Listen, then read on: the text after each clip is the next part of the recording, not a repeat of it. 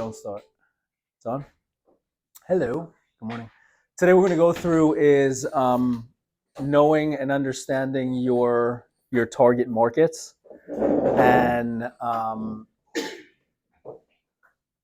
there's more to it than just knowing and understanding the target market. It's knowing and understanding the target market, but it's also knowing what makes them tick or what are potentially some of the concerns that each of them may have.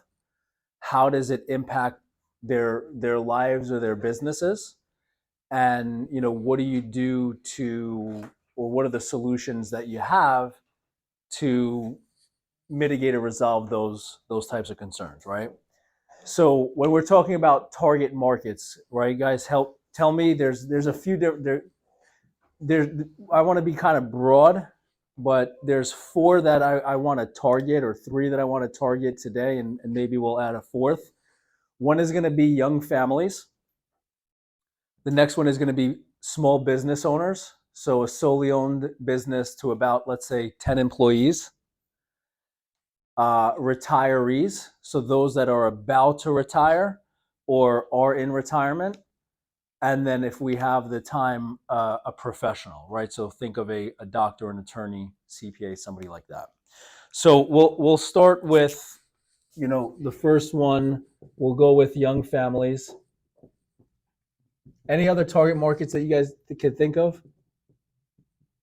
Retirees. Said that already. FRS. That's a good one. I actually like that one better than the professionals. We should have the time to get through all of them. But so professionals.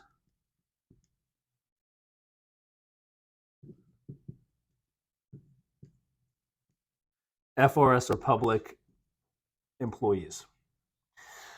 So the way that that I would look at this, or how to start, is what are, for instance, the concerns that a young family would have. Think of a young family just married, either about to have kids or have a kid or two. What are the concerns relating to finances that they have in the back of their mind? Okay, so mortgage.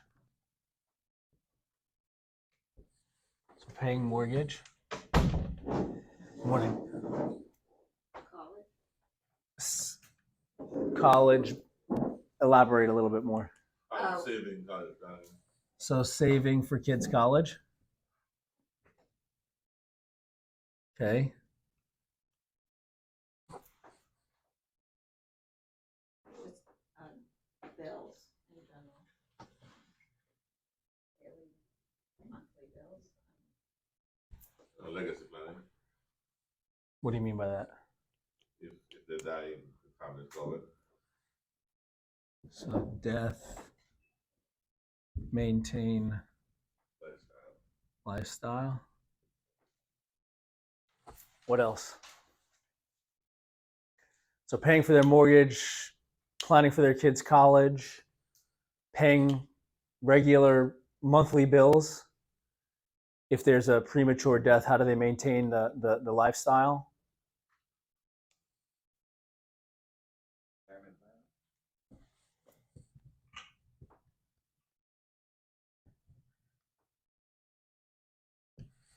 Okay. Any other ones?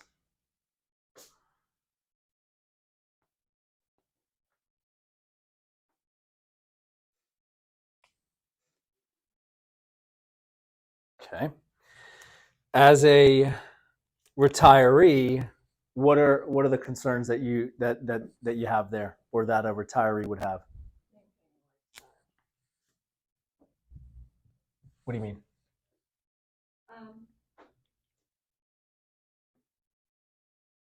Living where, I guess, their standard of living, where they live. How they live. So maintaining lifestyle when they're not working, Yeah. or income. Is that what you mean? Yeah.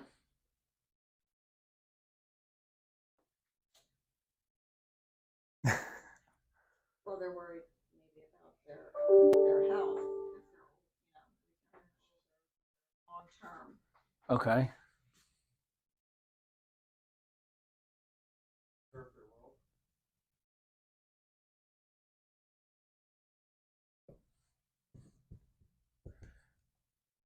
Preserve wealth or money or capital.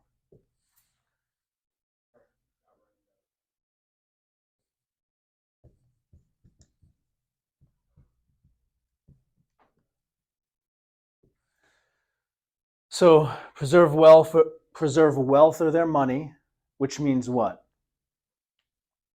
They don't lose capital. That they don't lose money. If the stock market goes down and they have $1 million and then all of a sudden there's whatever goes on and overnight the value drops by 10, 15, 20%, usually retirees, it's not going to feel good for anybody, but especially that's somebody that is not going to be working anymore. If they go from $1 million to 900,000 or 850 or 800, it doesn't really sit well with them. So preserving their capital or making sure that their money doesn't go down due to market decline or preserving wealth is one of them. Not running out of money, which means that when they retire, they want to have a set income to sustain their standard of living for how long? For as long as they live. Taking care of unexpected medical expenses that might come up. And what's last? I mean, you could add more, but what's typically the last one? Legacy. Yeah. So always, always, always, this and this, number one and number two are always a must. It's always a worry. It's always a want. It's always a concern for any retiree or pre-retiree in the back of their mind, meaning maintaining what they have. And more importantly, is to sustain the standard of living and income that they have from the day they retire, for as long as them and their spouses live. That's what they want. Obviously, if there's unexpected medical expenses that arise, those are concerns. And last but not least is leaving a legacy. Not everyone is concerned about leaving a legacy. You know, I've had client conversations where they've got a lot of money and they say, look, this is for me and my spouse. We've put our kids through school. We've given them a great life. We put them through college. If there's something left over for them, there's something left over. And if not. Now is our time. But always number one and number two, guys, are always, always, always concerns. For a small business, right? Think of a small business. You've got a lady that owns let's say a nail salon or a hair salon, or you've got a guy that owns a plumbing company, AC company, general contractor, or realtor, mortgage broker.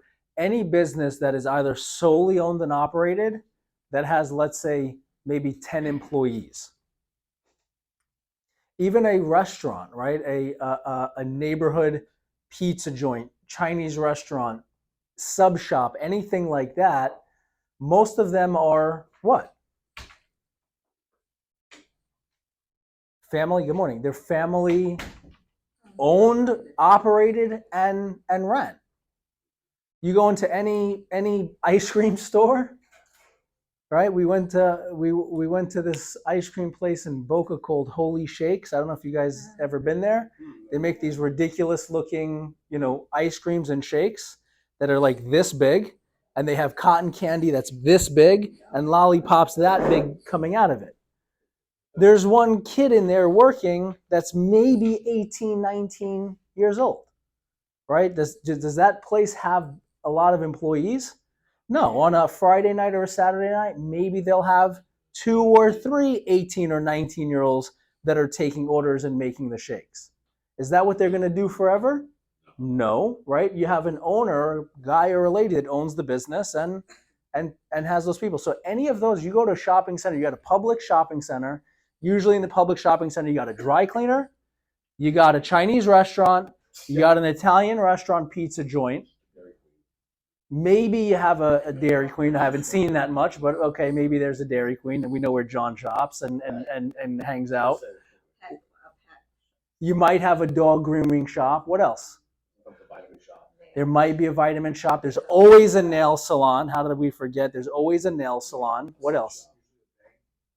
There might be a bank in not that part of the, but there's a freestanding bank in the parking lot. I agree, but you can't do anything with the bank. But yes, sometimes there's a sub shop. What else? Any guys, have you ever been into a public shopping plaza that doesn't have what we just mentioned? You're right. No. I mean, I haven't. And there's public shopping plazas every, I don't know, every other block. 3 miles. Yeah. Where I live, there's a public shopping. It's probably not 4 miles away from one another. And then there's another one 4 miles, and then there's another one 4 miles. And I'm literally thinking in the back of my mind, think of the businesses in those shopping plazas. What's there? There's also there's a preschool. There's a barber. Sometimes there's a bagel shop. Yep. So guys, any of those places, this is who we're talking about. That's who we're talking about. We're talking about, again, those business owners. When you think of those business owners, at the bagel shop that I recently went to with a guy that does business with us, we had breakfast. The guy that said good morning and took our order, he was the owner. His wife was in the front doing the whatever the cash register. His daughter was in the back making bagels and whatever she was making. And there was a couple of other employees, but yeah, that was the business. What are their concerns? Overhead, Okay, what does that mean? rent, paying some, So business overhead.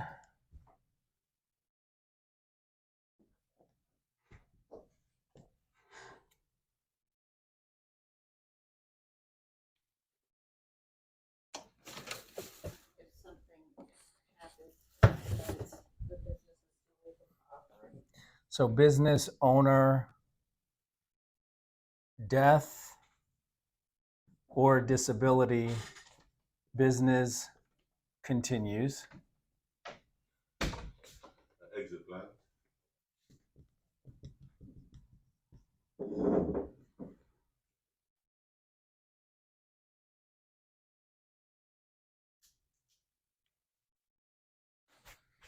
How it's affected by the economy or.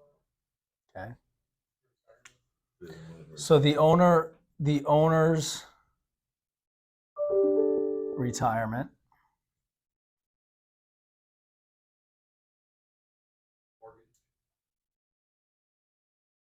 Okay, so I'm going to put here the owner's personal expenses and lifestyle.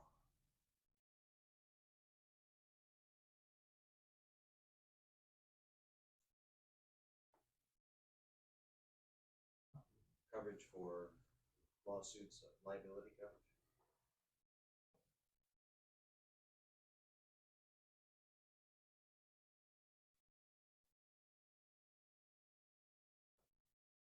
Okay, lawsuits, liabilities.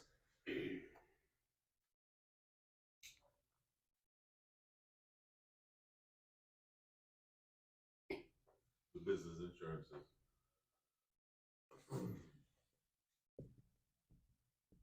Business insurance. Sometimes I'll give you guys one. It's going to be retaining employees. Sometimes, not always. Sometimes. Does Holy Shakes care about retaining employees? They care. But it- Are they going to really be able to? No. No. My buddy that owns the chicken places, he has 100% turnover. Is there anything that he could? I'm not even joking. Is there anything that he could do? No.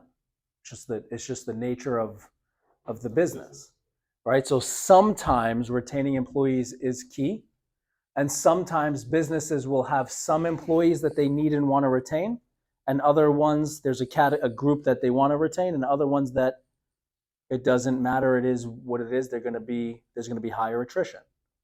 Okay. What else?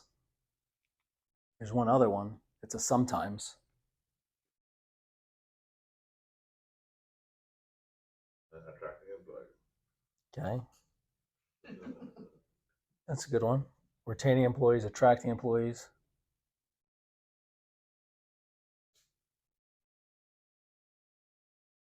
If Paul and I are business partners, Oh, what's a Personalized or so buy, sell, and or key person. But again, those are, is that an always? No. So buy, sell, or and or key person is a sometimes. Retaining employees is maybe a sometimes. Business insurance, protecting against lawsuits, liabilities, the owner's personal expenses. In this category, guys, this is going to be that business owner that owns that bagel shop. He and the wife are concerned with, in that dynamic, the daughter is grown. The kid is a realtor. He's not a kid. The son is a realtor that has his card in the front of the place. The kids are basically, I don't want to say on their own, but they're off the payroll. Those two, as an example, are really going to be concerned with their own retirement and how do they exit from that business.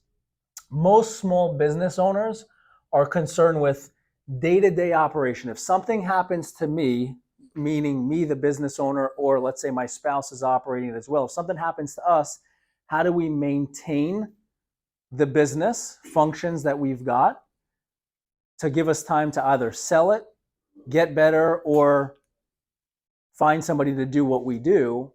And separate is if nothing happens to us, is how do we sock some money away to one day retire the right way and really manage key personal expenses.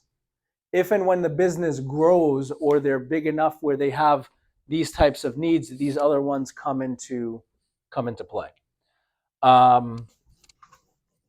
Let's go into FRS. So we'll skip professionals for a minute. FRS are public employees. What are their concerns?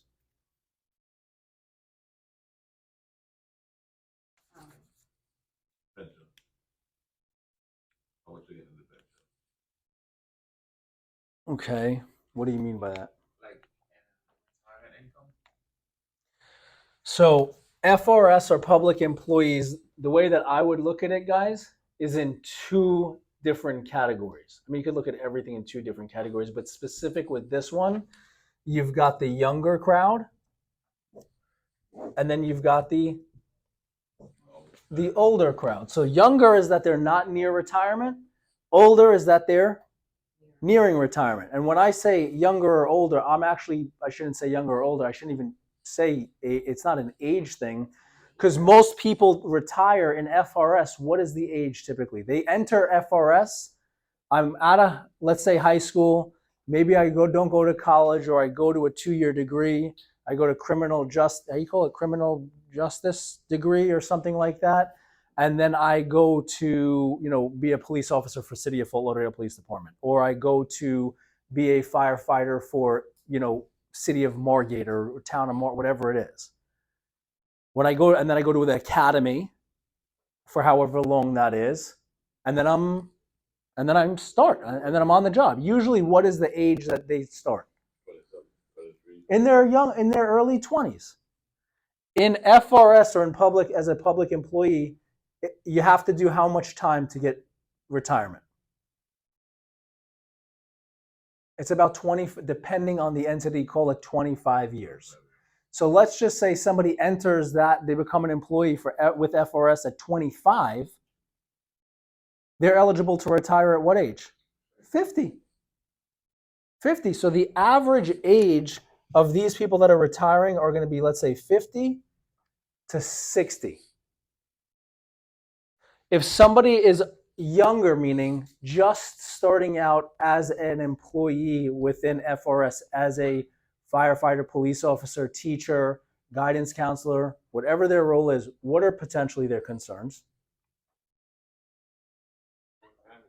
There you go. It's the young family concern. So I'm not going to rewrite all of those. It's this. That's exactly right.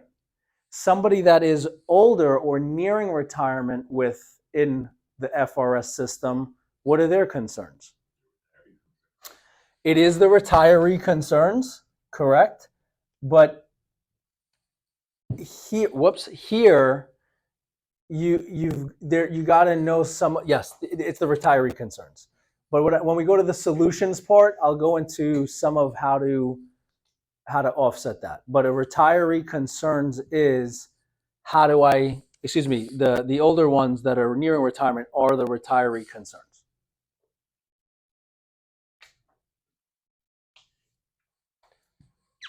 Or you get the most income in retirement. Right.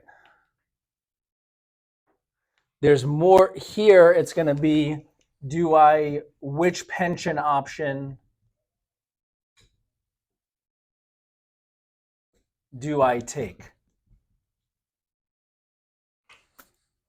Okay, that's kind of what I was getting at. Which pension option do I take? Do I take life only? Do I take joint life? Which one? When I enter drop, or do I enter drop or retire now? What are the pros? What are the cons? And then from here is how do I gap my income loss? Because when they take a pension, they're typically going to get about 50 cents on every dollar of what they were accustomed to earning while they were working. And then I call it my wish list. Not my wish list, but their wish list. Most of them are going to have items on their wish list. I want to buy an apartment in Texas or Tennessee, or I want to buy a truck, or I want to buy an RV, or we want to go on XYZ vacation for 6 weeks. Everyone has a different wish list, but there's certain things that when they enter retirement, I want to accomplish, dot. This lady's retiring. We met with her last week. She's retiring the middle of December. And her wish list is, I want to redo my kitchen. I want to redo my bathrooms. I need a new AC. And there was another item on there, but basically there was house renovations was what The house. She don't want to move. Her house is paid for. She just wants to vibe it up, upgrade it, right? So that was her wish list, but everyone's wish list is going to be a little bit unique to them. Anything that we missed here?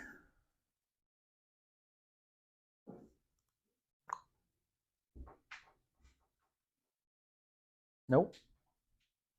So I'm going to go back now. So these are the concerns, right? So why I'm going through it this way is you guys want to know what the concerns are for each of those target markets or each of those categories.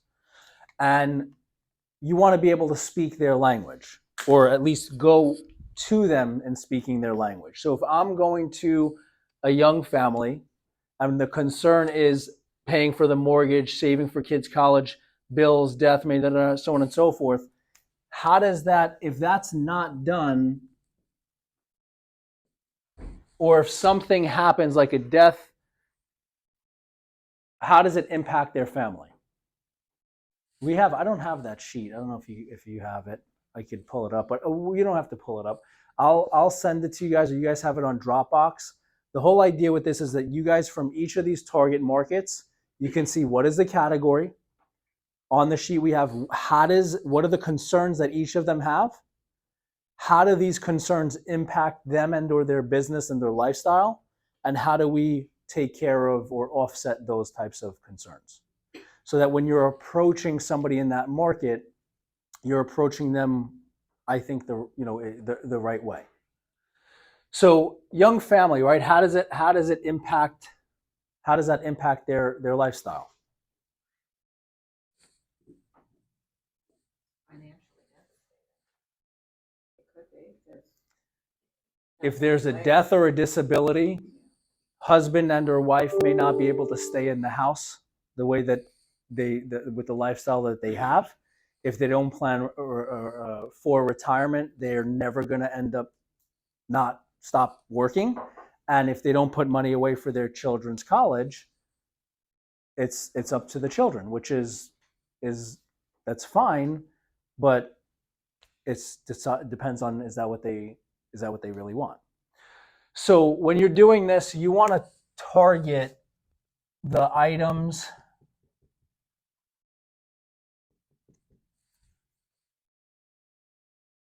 that we can help them with, right? Paying bills, that's with their job, right? Unless paying bills is they become disabled or not.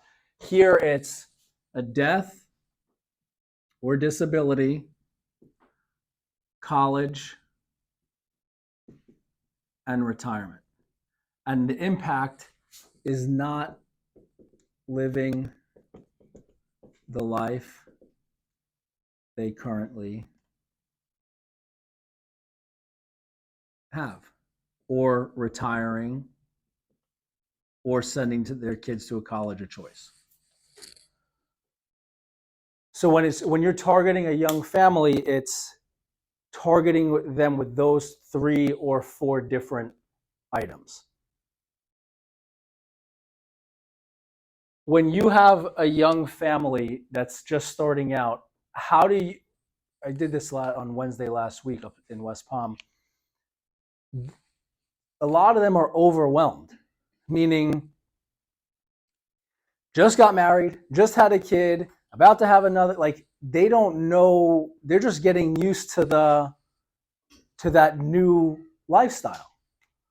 And somebody that wasn't married gets married and then didn't have kids has kids. It's a change of lifestyle, a big change of lifestyle, not only financially but day to day. What do you guys, how do you share with them? Because to me it's making it simple and easy where to start. Where does somebody start? They are aware of these issues, or they're aware of these concerns. It's where do they start? What is the average cost for, let's say, life insurance or disability for somebody 30 years old? $20 a month, depending on the house. Right. I mean, they can do both for less than $100 a month. No question. I actually had a situation like that happen. 40, 2 young kids. Mm-hmm.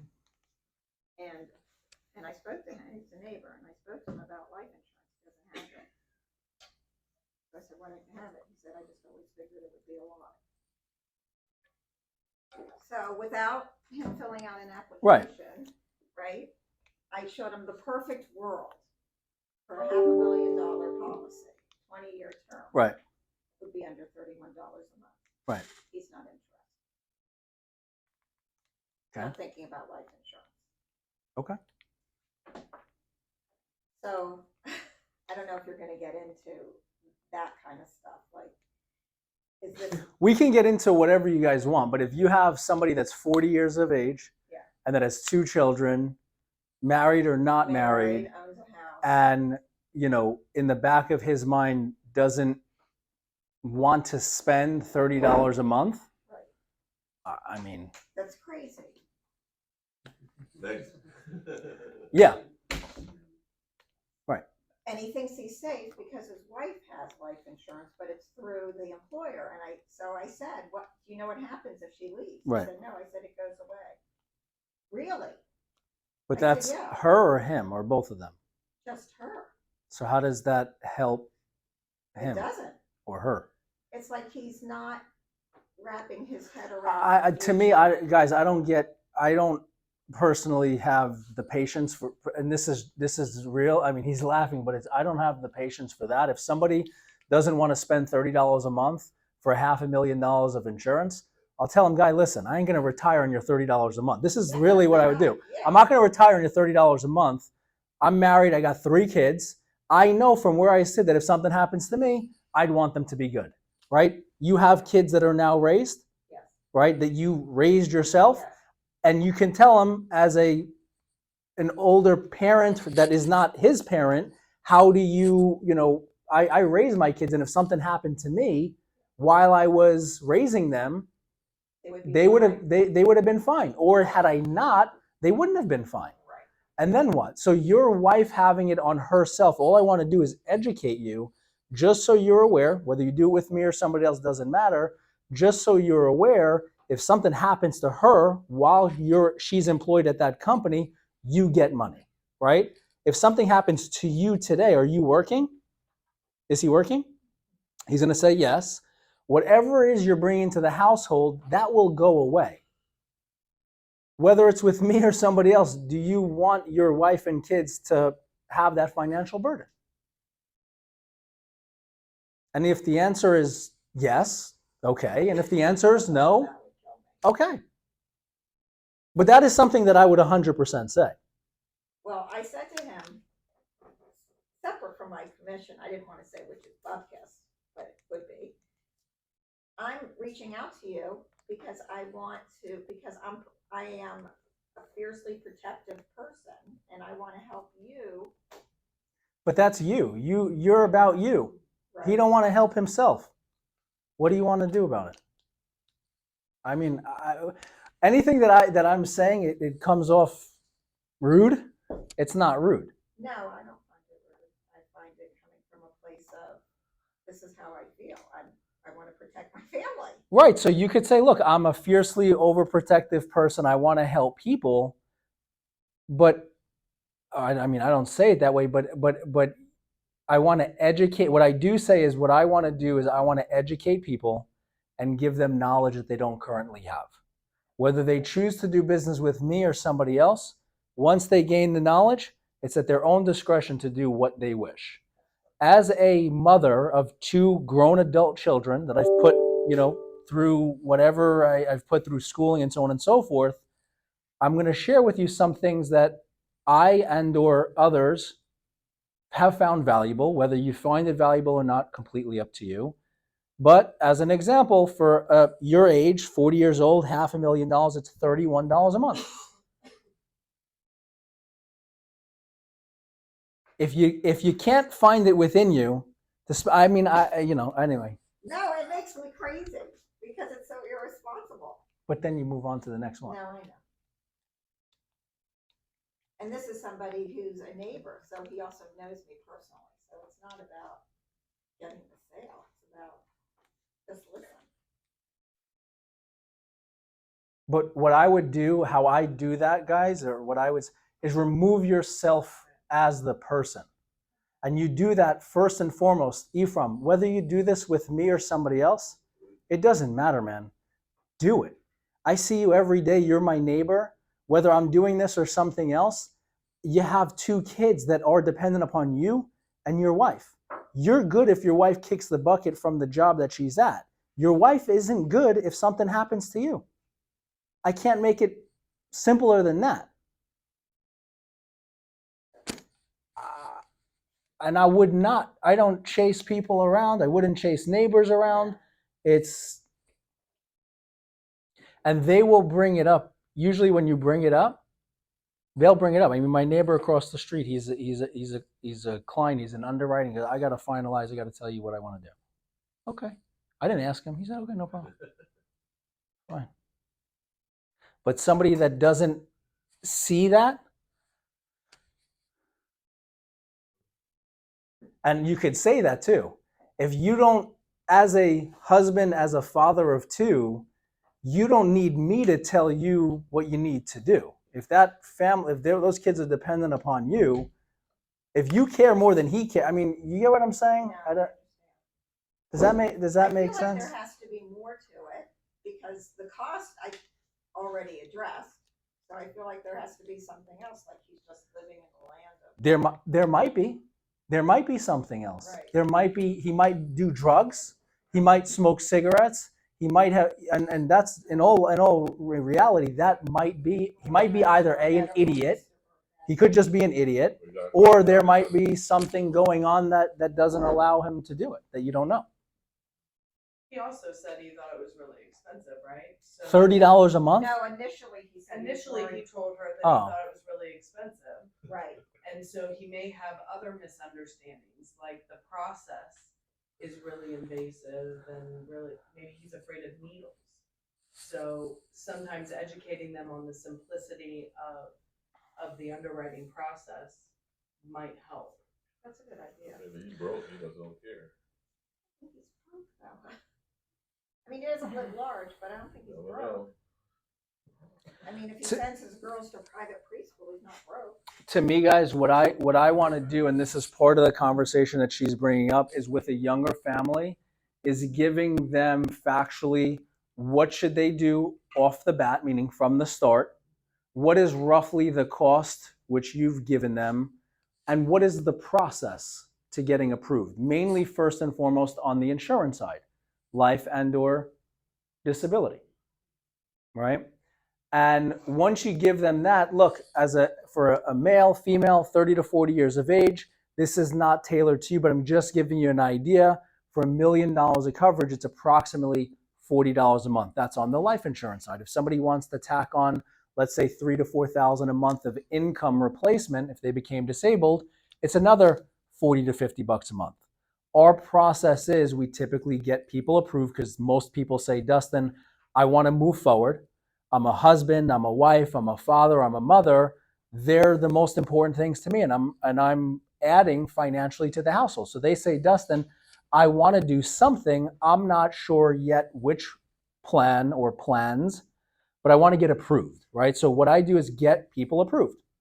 All I do is if you're under the age of 45, pretty healthy, I can get up to $2 million of coverage without life insurance without exam, and $7,500 a month of disability. So usually I get somebody approved for the plan.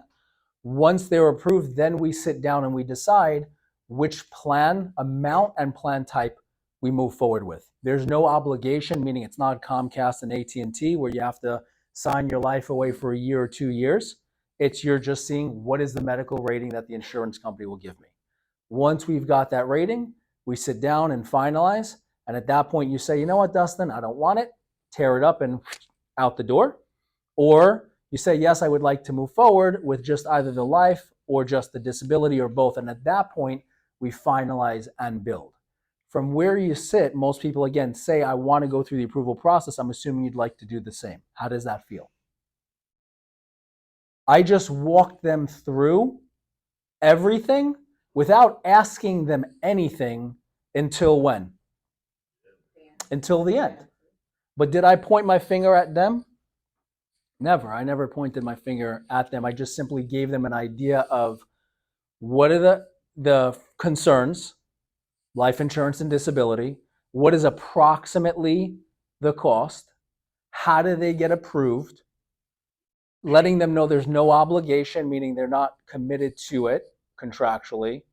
Once they're approved, we decide what plan you go with, and then you move forward. Most people tell me I'd like to get approved. I'm assuming you'd like to do the same. How does that feel? Do we have like a step-by-step kind of thing that spells it out?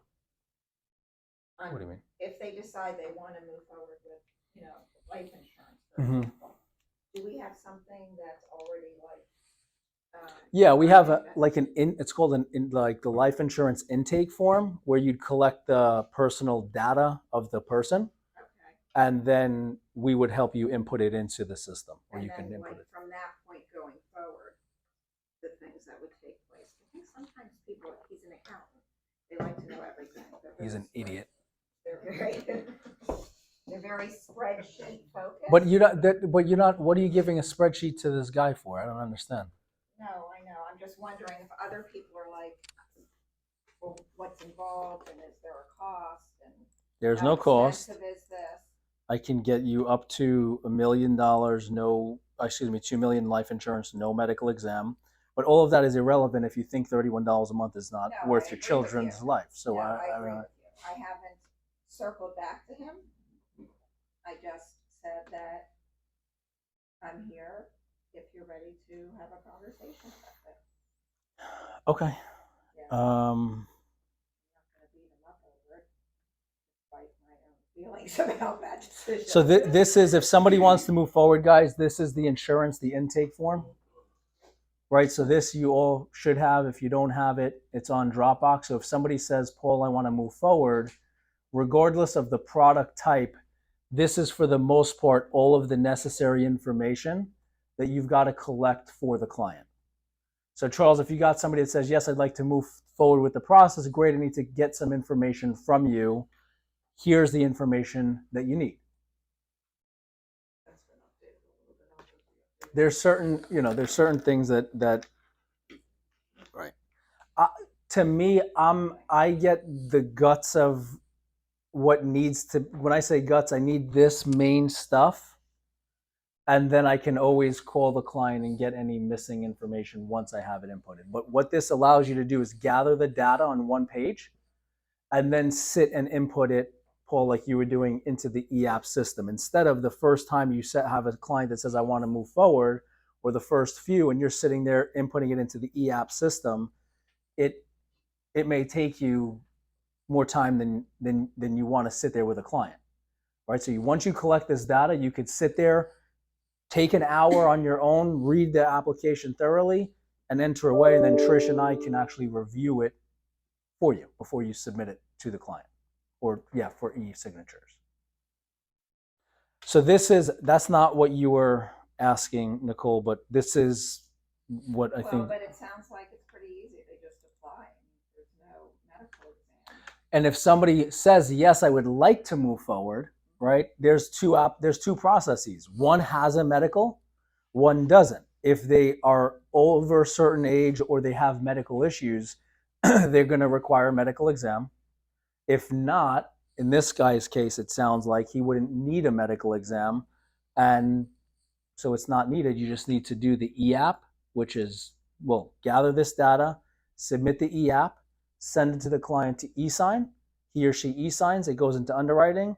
And within 3+ days, you'll get an offer on the case.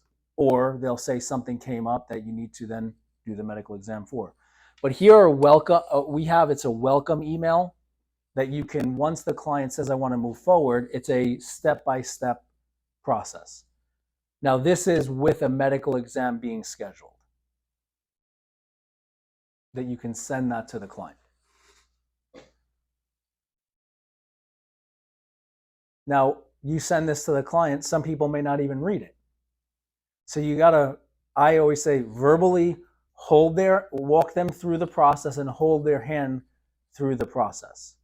And to me, every Monday, like this morning, whatever pending cases we have in the system, I already reviewed what needs to be done before I walked into this room. Every Monday is follow-up with pending clients until the case is approved and placed in force. Every Monday, they get a touch point, an email, a phone call, something like that. We got way off track. Huh? Sorry. It's okay. But so a young family, when you're speaking with them, it's giving them an idea of, again, life insurance, disability, what is the cost approximately, and then what is the process for approval. As far as retirement is concerned, most people say, where do I start? When somebody if somebody's younger and they haven't started anywhere, they'll say, 10% rule of thumb, meaning whatever your earnings are, let's say it's a household gross income of $100,000, you should be saving $10,000 a year. That's where a good starting point is. Now, if somebody is older and they haven't put a penny away, does that 10% rule stand true? No, they've got to play catch up. But in the younger crowd, that's what they can run with. Okay? And I also like to give them to run with, I always say, $1,000 a month to start. Or you, Mr. and Ms. Klein, start with something that you guys feel comfortable putting away. Now, keep in mind, this is not a bill that you're paying FP&L and you're not seeing it come back to you. What is this? It's taking the money from your front pocket that you could spend at any minute in time, at the movies, at dinner, at whatever, and you put it into the back pocket that has a button that says, oh, I can't touch this right now. I got to wait till when? Until I retire. Now, if God forbid you need to, could you rip the button off and take it? You could, but it's not the smartest thing to do. You're better off using the shekels in your front pockets. So all I'm trying to give you guys is, where do you start here? What are the concerns that they typically have? How do they offset those concerns? And from a planning point of view, what do they start putting away? I'm telling them 10%, $100,000 a year they're making, they should be putting away 10 grand. They might, oh my God, that's too much. If that's too much, something is better than nothing. Is it okay to start with $300 a month? Yes. Is that better than zero? Yes. But zero is not good, at least in my book. Because 0 times 0 times 0 is still 0. My 6-year-old will tell you that. Now that guy, I could tell you, if he sat down with the right person, he's not, and he's a CPA, he's either really dumb or he's not being spoken with the right way. One of those two, and I'm not sure which one it is. And those types of meetings, guys, those types of things, I wouldn't suggest you do drive-by meetings. Drive-by meetings, I'm walking my dog and I see John walking his little schnauzer and we start talking shop in the middle of the road and it goes nowhere. Because I have vomit of the mouth that I just got out of the 215 class and I'm trying to tell him about a VUL, an IUL, a whole life, a UL, and all these great things. And he just wants to walk his schnauzer and go back home. Versus there might be a need and a want to discuss, but we need to set up a time and a place to do it. My neighbor that literally lives across the street from me, I swear to God, lives across the street from me. Guess what we did? We set up a time. No, we did a Zoom. We did a Zoom. Set up a time and a place twice to do it. Why? Because if I do it walking the schnauzer, guess what's going to happen? The dog's going to be fighting. Then they get tangled up. My kids are going to come out with no shoes on and say, Bryson, put shoes on. This one, Ava's going to come out. And guess what? Chaos. And we get nothing done. We had hour-long meeting, 40-minute long meeting. Now it's decision time. Is he informed? Yes. Clearly. No interruption. So in those types of cases, guys, don't do drive-by meetings. Set up a meeting to review. And you let them know, look, if you don't want to do anything, that's okay. It's also okay. But no one has ever told me, I don't want to become smarter, I don't want to become more educated, and I don't want to know what is out there that I should know.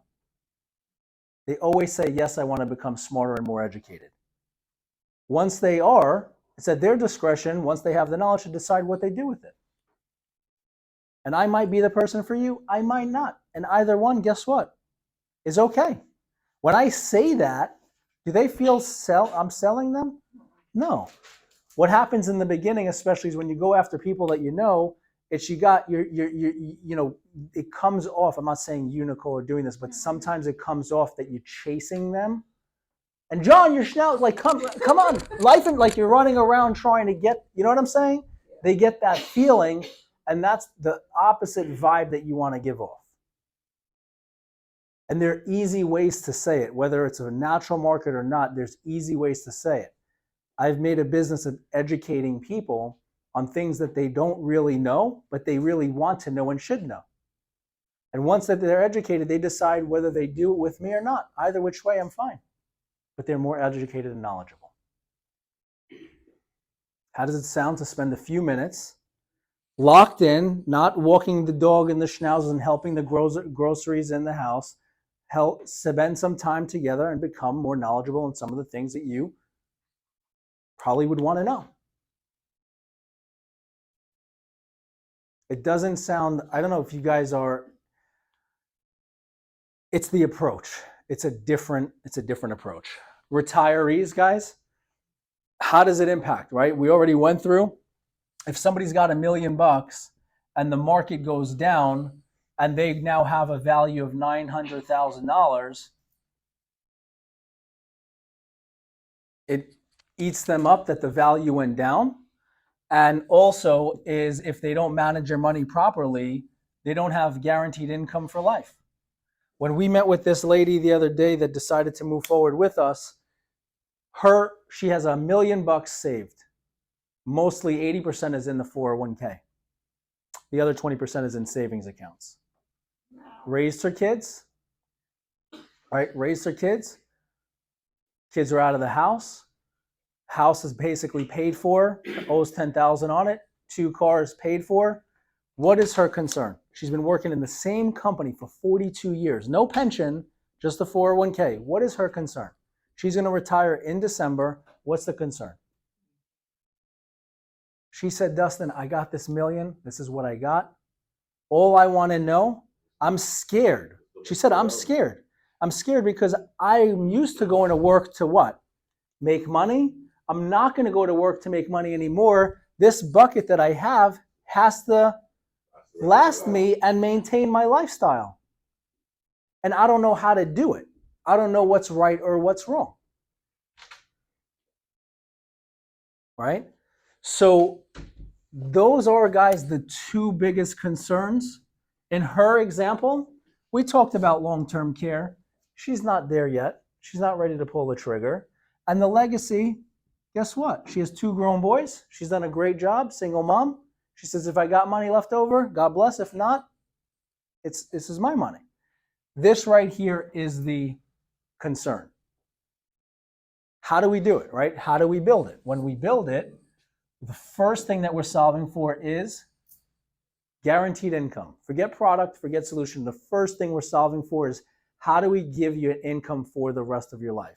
She wanted $36,000 minimally from the accounts. We took $400,000 to do that.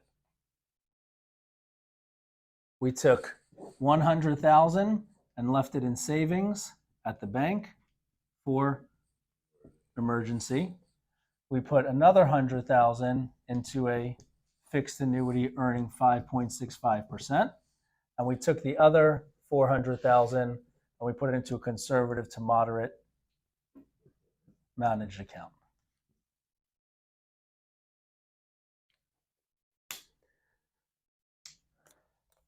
This one is giving her income and lifestyle.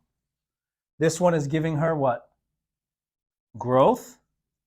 This one is giving her growth. This one is giving her peace of mind. However you spell that.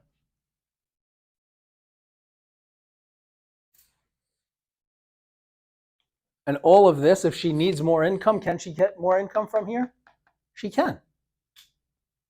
But that's all she wanted in addition to Social Security. She wanted just another 36 grand. Oh, I didn't say we carved out some of this for the that wish list.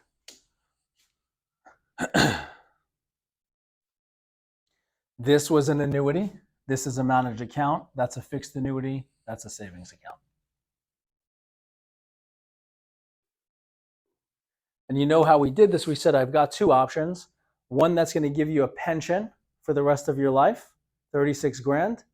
And then the other one is that it's not going to give you a pension. You could take income from it, but there's no market risk and there's no fees. Do you want the one that gives you a pension of 36 grand a year like clockwork, or the one that just gives you no risk and no market risk and no fees, but again, you can gain and you could still take income whenever you want? No, I want the pension one. Okay, great. That's how it was done. I mean, it was built in a plan format, but when it went after the plan, we said, which one do you want? She said, I want the one with the pension. I could show you the output there. But when my point is here is when you're talking to retirees, it's safety of money, income for life. Safety of money, income for life.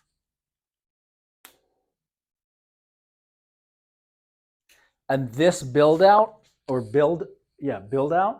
is typical of the majority of the people that we work with.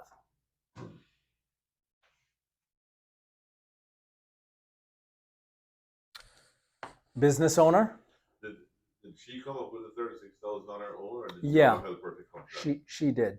Okay. She knew exactly what she wanted, Oh, cool. or what the actually she was wanting less, but yeah, right.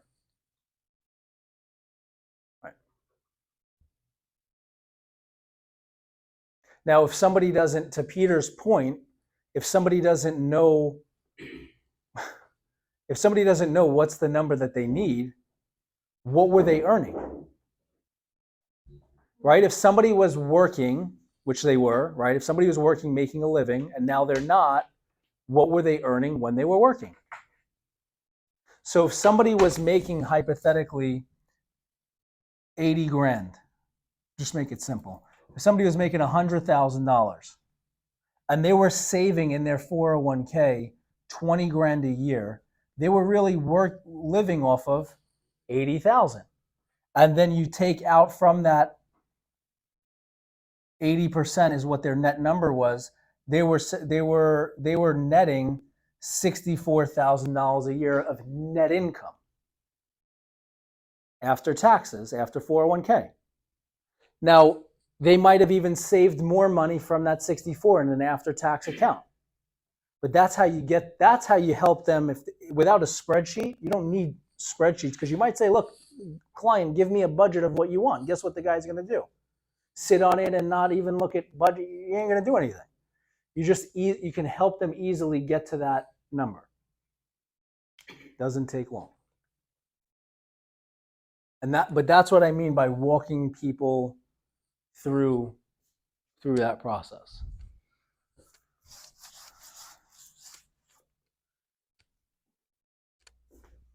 I want to show you guys two things. I'm going to go back for a second here.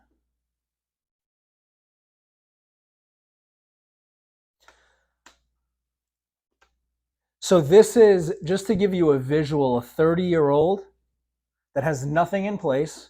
This is a WBC. You're not going to talk to the client about this unless you're in front of them.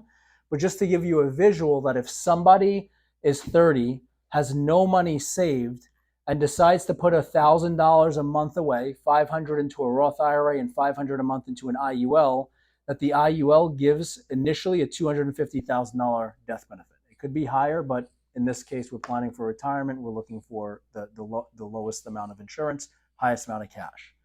When he goes to retire, his income is going to be $114,000 a year by saving $1,000 a month today.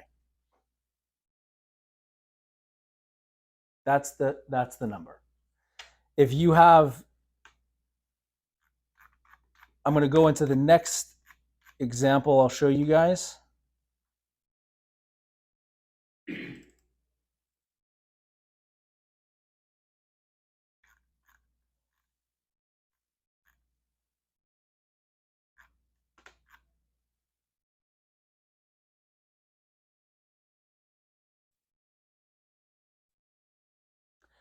This is a real case. This is from Francisco.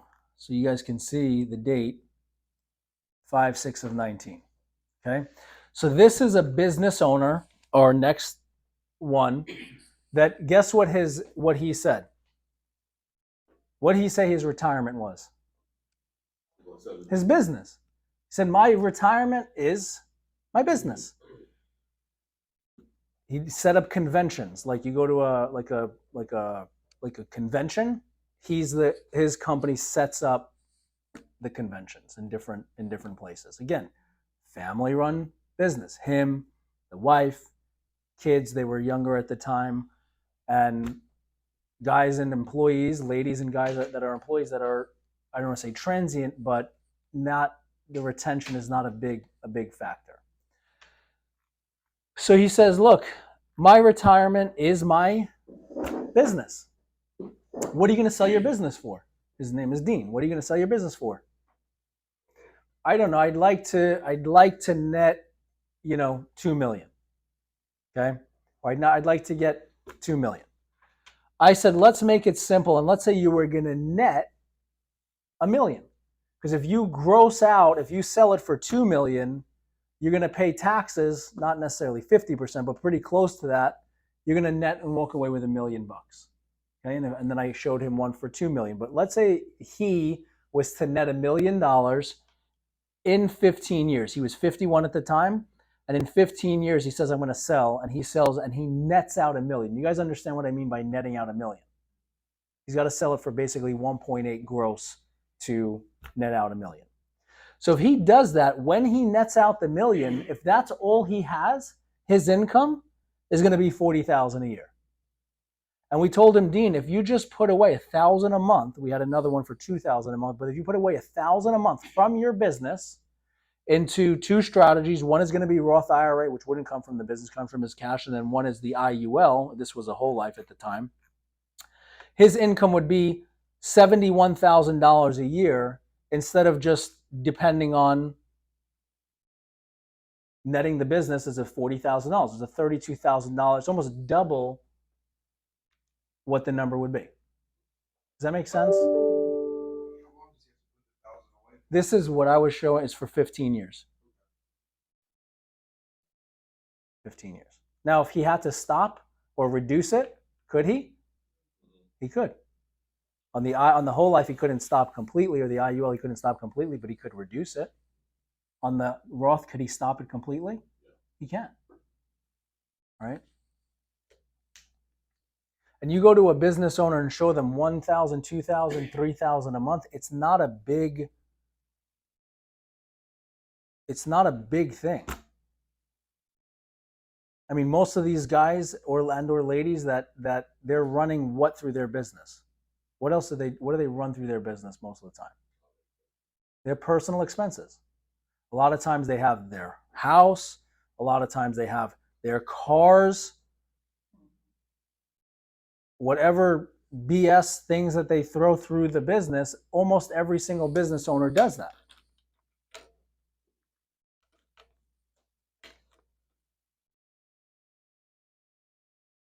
$1,000 a month is not a big thing, and it's killing two birds with one stone. One is the life insurance, two is the retirement. I'm giving you guys just a visual of what that would look like. Any questions with that?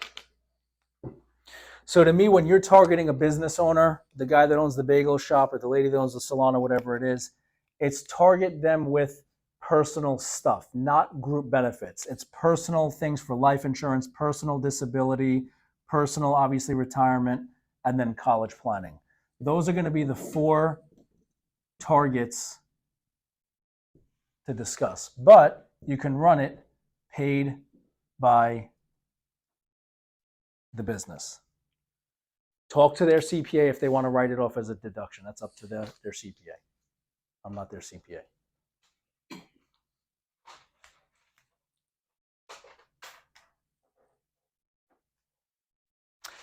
The last one, guys, is public employees. So when I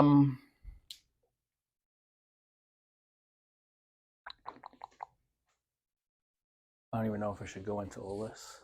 I mean, because this could be a class in of itself. All right, I'll go into this. So when somebody retires on the again, the older section, they're about to retire, there's 4 or 5, they're going to retire with 5 different buckets of money.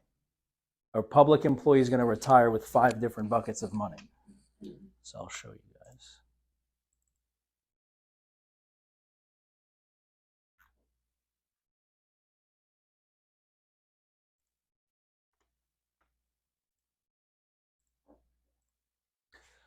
They're going to retire with something called a pension plan,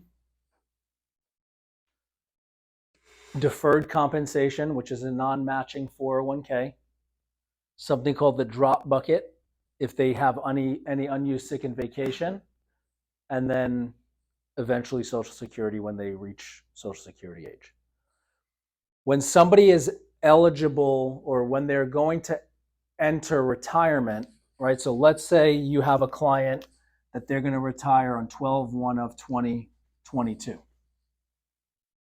On this day and time, they've got to choose which pension they're going forward with.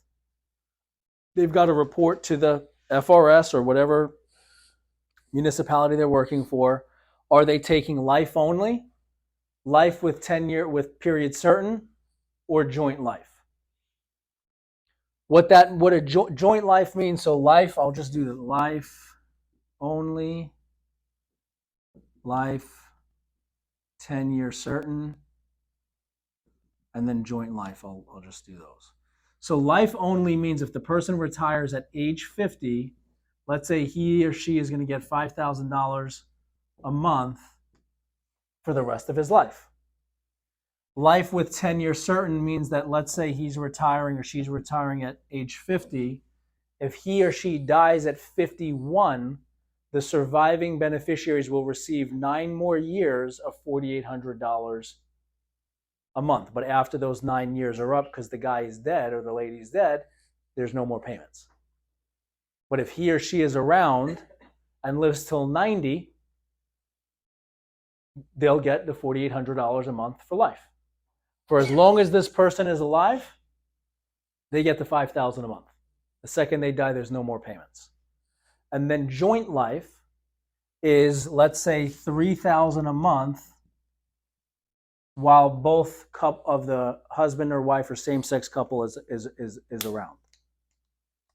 So if the husband dies first, so the husband retires, let's say he's the public employee, household is getting $3,000 a month. He dies, wife gets $3,000 a month. She dies, no more money. Or husband retires, getting $3,000 a month in the household. Wife dies first, he still gets $3,000 a month. Then he dies, no more money. On this date, they have to tell the the pension department, which option they're choosing. And once they choose it, it's locked and welded and cannot be changed. And if they are married, again, married legal, when I say legally married, doesn't matter husband or wife or same-sex couple, if they're legally married, not just live in the same household, legally they got the document, marriage certificate from the courthouse, the non-working spouse has to choose and has to sign off on whatever option is chosen. So let's say I'm a public employee. I say, the hell with this. I want to retire and I want this coming into my household. Why? It's more money. Guess what the pension department requires? My wife's signature on anything I choose. Again, if they're not married, doesn't matter, right? If they're not married and then get married, doesn't matter. It's at the time of retirement what they choose. Does that make sense, guys? So that they're choosing when they are retirement eligible. In this example, it's 12/1 of 22. While they're working, the date that they entered that job, they started in that job with a teacher or whatever it is at the public sector, they're eligible to contribute into deferred compensation. Deferred compensation is a non-matching 401k. So every pay period, which is every 2 weeks in the public sector, they can elect to withhold a certain percentage of their income, their earned income, and put it into a retirement account. It's pre-tax contribution. They select what they want to invest it in, and it will go up or down based on what the market does.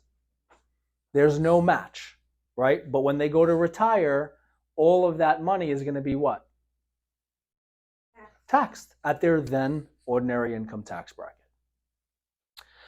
The third bucket is that when they enter or when they're eligible for retirement on 12/1 of 22, on this date, they can actually retire. Meaning not work anymore and get whatever sum of money per month that they want for the rest of their life. A lot of them will enter what's called the drop program. And what that means is they're eligible for retirement December 1st of 22, but they say, you know what? I'm going to enter drop and I'm going to continue to work for another 5 years.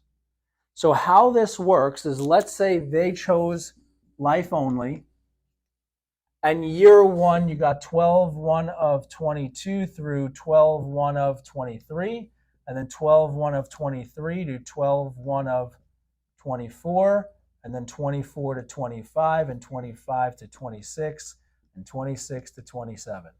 Year one, year two, year three, year four, and year 5. On 12/1, he or she is eligible to retire. They say, I'm going to continue to work, but I chose life only. My wife signed off on it. I'm supposed to be getting, if I was retired, I would have gotten $5,000 a month paid to me to what? To live, to retire. But because I'm going to work, the department, FRS, is going to take that $5,000 a month and put it into this bucket, this drop bucket. So I go to work on 12/1, 12/2, 12/3. I continue to work and I make my income, but that $5,000 per month is going into this little piggy bank that I can get when I officially retire. So in year 1 of my retirement eligible period, from 12/1 of 22 to 12/1 of 23, I have $60,000 in that bucket. At the end of year 2, I did it wrong. At the end of year 1, I have 60. At the end of year 2, I got 120. At the end of year 3, I got 180. At the end of year 4, I got 240. At the end of year 5, I've got 300. I'm now going to retire. On 12/1 of 27, I'm done. Here's my badge, here's my thing, here's whatever. I'm literally done. So now I'm going to receive the $5,000 in my checking account every single month instead of in the drop bucket. I have whatever money I've got in my deferred comp that I elected to put away. And I have a lump sum of $300,000 that I could do whatever I want with. That's pre-tax money. It's also 100% taxed.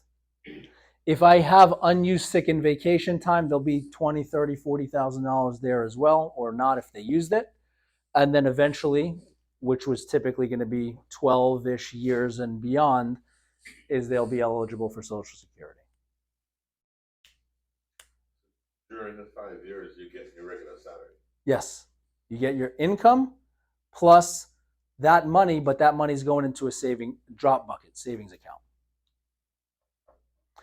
Why this is important is because if somebody is going to choose this option and they're on the younger side, they can buy a life insurance policy when they're younger, an IUL or a permanent policy, that gives the spouse and or children guaranteed payment upon somebody's death, but when the public employee goes to retire, he or she is going to take the life-only bucket because it gives the household more money. But when they die, they get a lump sum of tax-free death benefit. That's why it's important to understand this, especially if you educate people on the younger side, because they don't know, and really, to be quite frank, they don't care. Why? Because they're 20-something years old and they don't even know what's up. Until the older, more seasoned veterans, they hear them cackling and whatever, and then they say, oh, now I got to start looking at this. A light bulb eventually goes off. If they're voluntarily taking money and putting it into deferred comp where there's no match and no guaranteed return, can they reduce contributing into this and fund a Roth IRA and or an IUL or a whole life? Yes. If they reduce the contribution into deferred comp and they put it into an IUL, one is pre-tax, one is after tax, but in an IUL, is there a loss? They can never lose money. Can they gain? Yes. And it's going to have tax-free income when they go to retire. This is going to be pre-tax contributions, variable returns, unless they choose a fixed account. And when they go to pull money out, what happens? Taxed on 100% of their money. So again, that's why also on the younger side and the older side, it makes sense to understand that.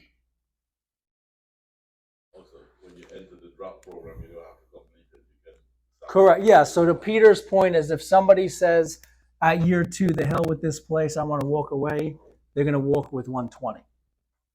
They could actually even extend it out usually to 8 years in service, depending on, right.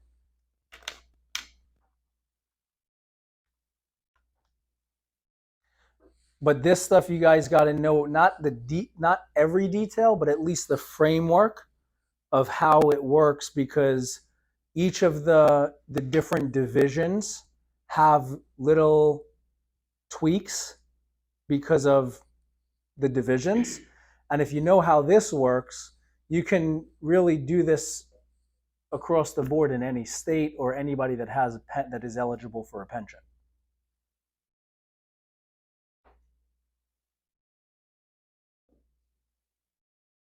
Is their social security not affected because they were a public employee? What do you mean? Is their social security just like a normal person? Yeah. Yeah, but they're not even going to be eligible for it until, you know. Yeah. Is that a Florida thing? What thing? Well, my aunt was a public employee and she retired and her social security is minimal because of her pension. I'm not sure. But that's Ohio. I'm not sure. That I don't know. But when these people are retiring, Social Security, at least at that stage, is not even. It's not even in the picture Right. They're young. because they're young, right? Yeah. So it's gapping from the retirement age to Social Security age, and the other thing is. So you can start pulling pension and go work somewhere else. Of course, yeah. A lot of them do it. Some people have 2 pensions. A lot of them do it. I mean, you'll see a lot of police officers that were in the military that have a military pension. Yeah. They have a pension from the police force that they were working for, and then they work as like security guard doing whatever. I mean, we have a client, he's the ex-Miami-Dade police captain, little Cuban guy, really little tiny Cuban dude, and he is exactly that. Military pension from Miami-Dade County, bored out of his mind at home, and worked as a security guard or whatever it was for whatever the company was. But once they've entered the FRS, the Florida retirement system, once, they cannot enter it again. What do you mean by that? So I have a client, excuse me, who worked for Miami-Dade, retired, receives a pension. Oh yeah. Now works for Miramar. Right. So it's a separate. Right. It's Correct. there's another word, 427 or 5. Right. So she's not Right. building a deferred comp. Right. Through the FRS, she's. Right, but you can leave as a teacher. So let's say my friend, she's a teacher, she's a science teacher at Douglas, right? Was there for 6 years, had 3 kids, didn't work for a little bit, but now wants to go back. She can go back and they'll restart the contributions from her restart date. She didn't retire, but she's restarting to work. That you can do. That's why I didn't know what you were talking about. So guys, this is a little bit detailed, but you gotta know how, or you want to know how it works for both the younger and then the about to be retiring crowd. They can't touch this money, obviously this or this, until they terminate employment either voluntarily or involuntarily. Cannot be touched. Okay? I have an opinion question. From your Opinion, okay? From your experience working with or exploring working with FRS employees, how knowledgeable are they about their pension and what they will have when they retire? The younger ones are clueless. The older ones are knowledgeable. So it's a harder sell or a harder conversation with the younger ones. Not necessarily, no. Okay. No, it's and it also depends on where in their life is the younger person, right? If you have we have a client, and this guy is unique, right? So this guy, he's not married, no kids, but he's just a planner. In his mind, he's like, I want to save, I want to put money away, I want to make sure that what I'm doing is right. He's more knowledgeable than most new public employees that, hey, I don't have any care in the world, I don't care, right? When they start caring is usually when they get married, start having kids, and they've been around for a few years. That's when they start caring. But, everybody's a little bit different. And especially that generation, you'll see a lot more of them saving and a lot more of them aware of finances, and I don't know if it's just because of media and information, or is it because they saw parents go through certain things negatively in the 2008 financial whatever recession and things like that. You know, you see a lot, in my opinion, you see a lot younger people today more interested and aware of saving and investing than I think in the past. Well, some of That's that my is opinion. From the social media. I mean, Could my be. 25-year-old son started talking to me about life insurance, and he's like, "That's really exciting." And I was Yeah. like, "This is what I do," and that's because TikTok does those ads on life insurance. I think it could be a combination of everything. Yeah. Which one it is, but the way, guys, I'm looking at having conversations is instead of a product, the product is the end result to the need or the want and or the concern. And you got to get to the root, or at least find the root of the want or the concern of people. And business owners have a lot of them have the financial wherewithal to put money away when they find the want to do it. And you know, with younger families that are on, let's say, a fixed budget, them as well. But you gotta find it. What's the conversation like after they retire from the FRS? So They just retired right. and they have this large lump sum of money. So they retired. They've already chosen this option. You can't help them there because before they retire, you can influence their decision. Meaning, if we have a client now, he's probably 6 years or so, maybe even 5 years from retirement. He's doing life only, but he was young enough to buy a permanent life insurance policy that he didn't spend any more money. All we did was reduce what he was contributing into deferred comp. He was putting in like $300 a pay period. And instead of $300 a pay period, which is $600 a month, we reduced it to, let's say, $200 a month into the deferred comp, and took $400 and bought an IUL. And when we ran the numbers, it impacted him better by having the life only versus the joint life to give the wife the money. This was a real case. So to answer your question, Nadine, if somebody's retired, they've already chosen this option, we can really help them here and here. These are the two areas. And the question is, did they build, it's all right, leave it. Did they do something with this? Did you get that on tape? Yeah. That's good. Did they do something with, hopefully this is not broken, did they do something with deferred comp and then with the drop bucket? And a lot of them, when you look at their mindset, how are they risk takers or risk adverse?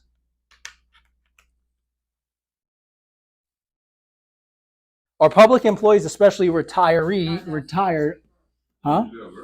They're risk adverse. So for me, at least in this market, fixed annuity, I would open up that conversation, a lot of them, with a fixed annuity. Because they're able to get 5.65%. The rates might have gone up, I have to look. But 5.65% on every deposit they're making every year. Can they take some of the money out of that? So in their It's a case by case correct. conversation. But I think you're asking, where do I so a lot of times people that do what we do and they talk to somebody with FRS that's retired, they're like, I can't help them because they're retired. It's not true, right? You can help them based on, did they do what they want to do and need to do with all of that money? Most of these people, God, man, this is terrible. Most of those people, when they retire, they're not immediately doing everything in one shot with all of that money. They're not. Even if they love you, they're usually not just doing it in one shot. Right.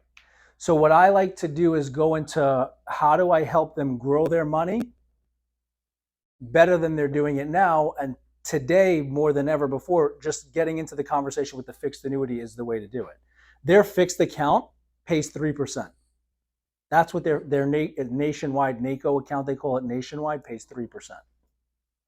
And they can leave it in, I guess, They can leave it in. they just can leave it there. Yeah. There's not, an option where they have to take it out of No.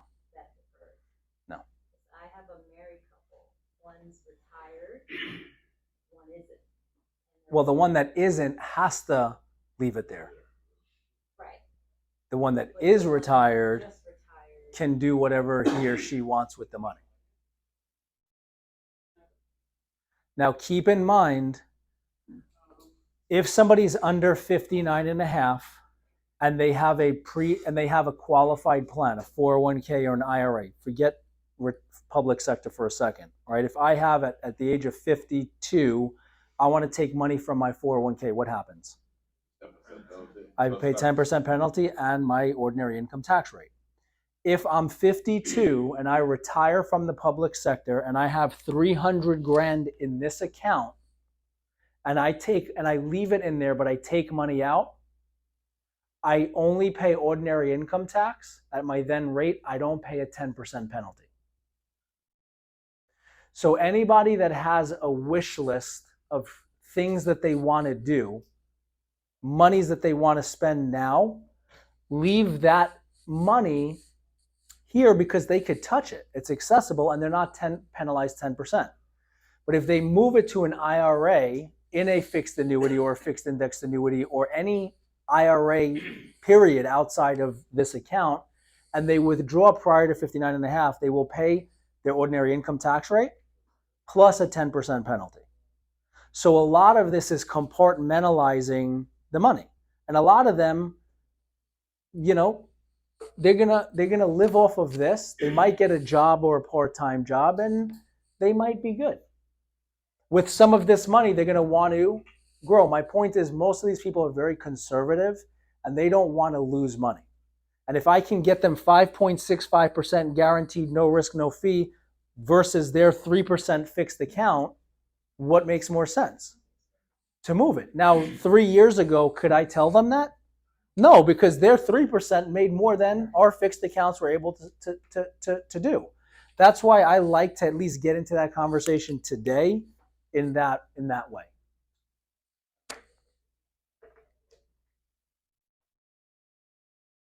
And I like to know, and I learned that the hard way not hard way, but I learned it the hard way is that if I'm telling somebody in your wish list item, we're going to leave some money in there.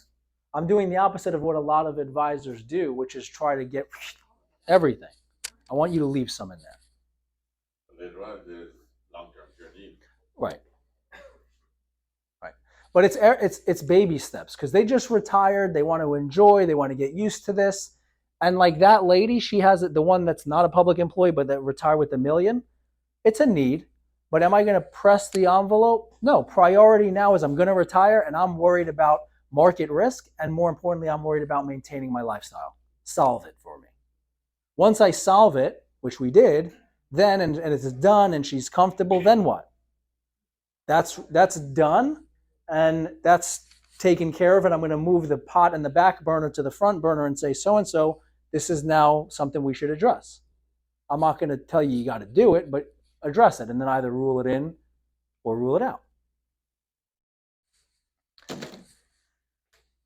Questions? Did we hit on target markets? It's a great class. I don't know if that was everybody's plan. Was there anything that we didn't mention that would be in the professionals category? The only thing that we didn't mention in the professionals category is, a professional you can have as concerns the same as a young family has, or the same as a retiree has, right? My brother, I've shared with you guys a million times already. He's married. He has 3 kids. He's got how old are the kids? I don't know, 7, 6, 3, and 2, or 6, 4, and 2. His wife doesn't work outside of the house. He's a doctor. He's a Mohs surgeon, but he was a student for he'll be 30. He'll be 36 in next month. He just started making money last August, a year ago. He just started making money. So what does he have concerns of? This or this? Yeah. This, Families. right? This. To answer or to bring up to your point is as a professional, I'll just do it. Let me erase this so I don't kill myself on that cord again.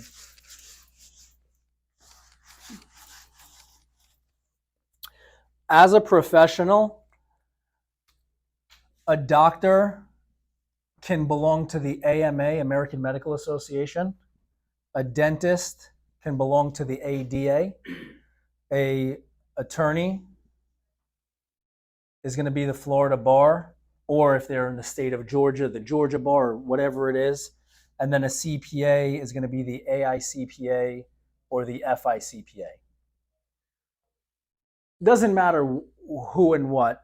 All of these professionals have association benefit options. Association benefits is that if I am an attorney and I belong to the Florida bar, by being an attorney, I have member benefits that are offered to me. Let me just show you as an example. So as an attorney,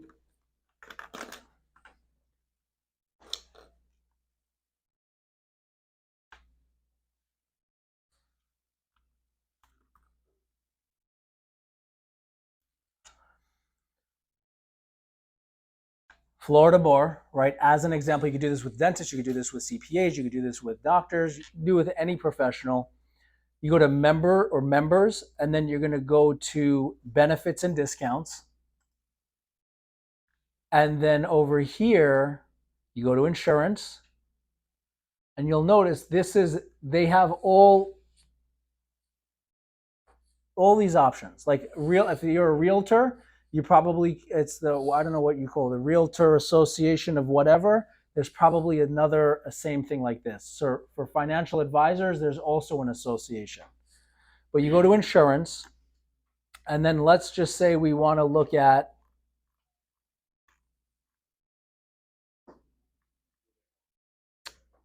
member benefits, and then you're going to click on the type of insurance. Let's say it's long-term disability. So within these, this is at least how I used to or would lead the conversation, is for disability coverage, for long-term disability, in an association, they're capped on the monthly amount that they can receive, typically $10,000 per month. Whereas in an individual policy, you can get them up to $30,000 per month. Over here, the cost of insurance will go up every age band increase, which is usually every 3 years. In an individual DI policy, the policy will stay level for the life of the contract.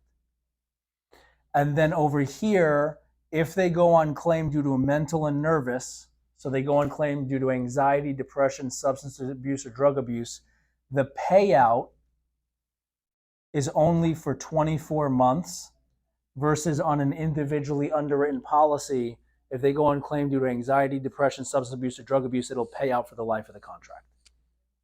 That's not free. This is not free. They gotta pay, right?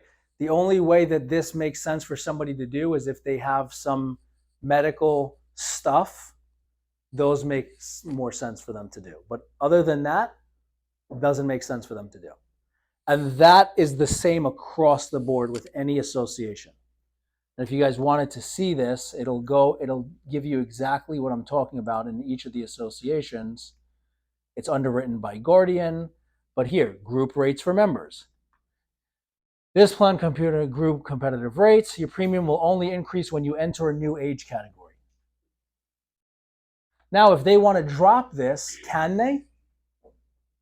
Can that association drop this? Yeah, at any time. There's no guarantee of keeping it. Does that make sense, guys? They can drop it at any time. You mean do away with the They could do benefit it- or change the company? They can do away with the benefit. It's an association benefit. They can do away with it.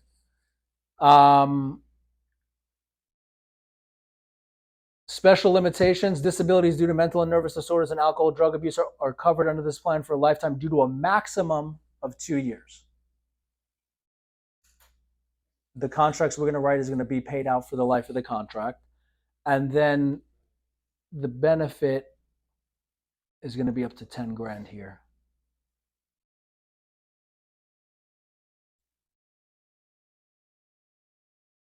Should say it here.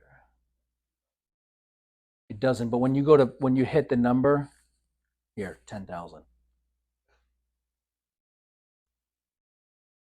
All the associations operate that way.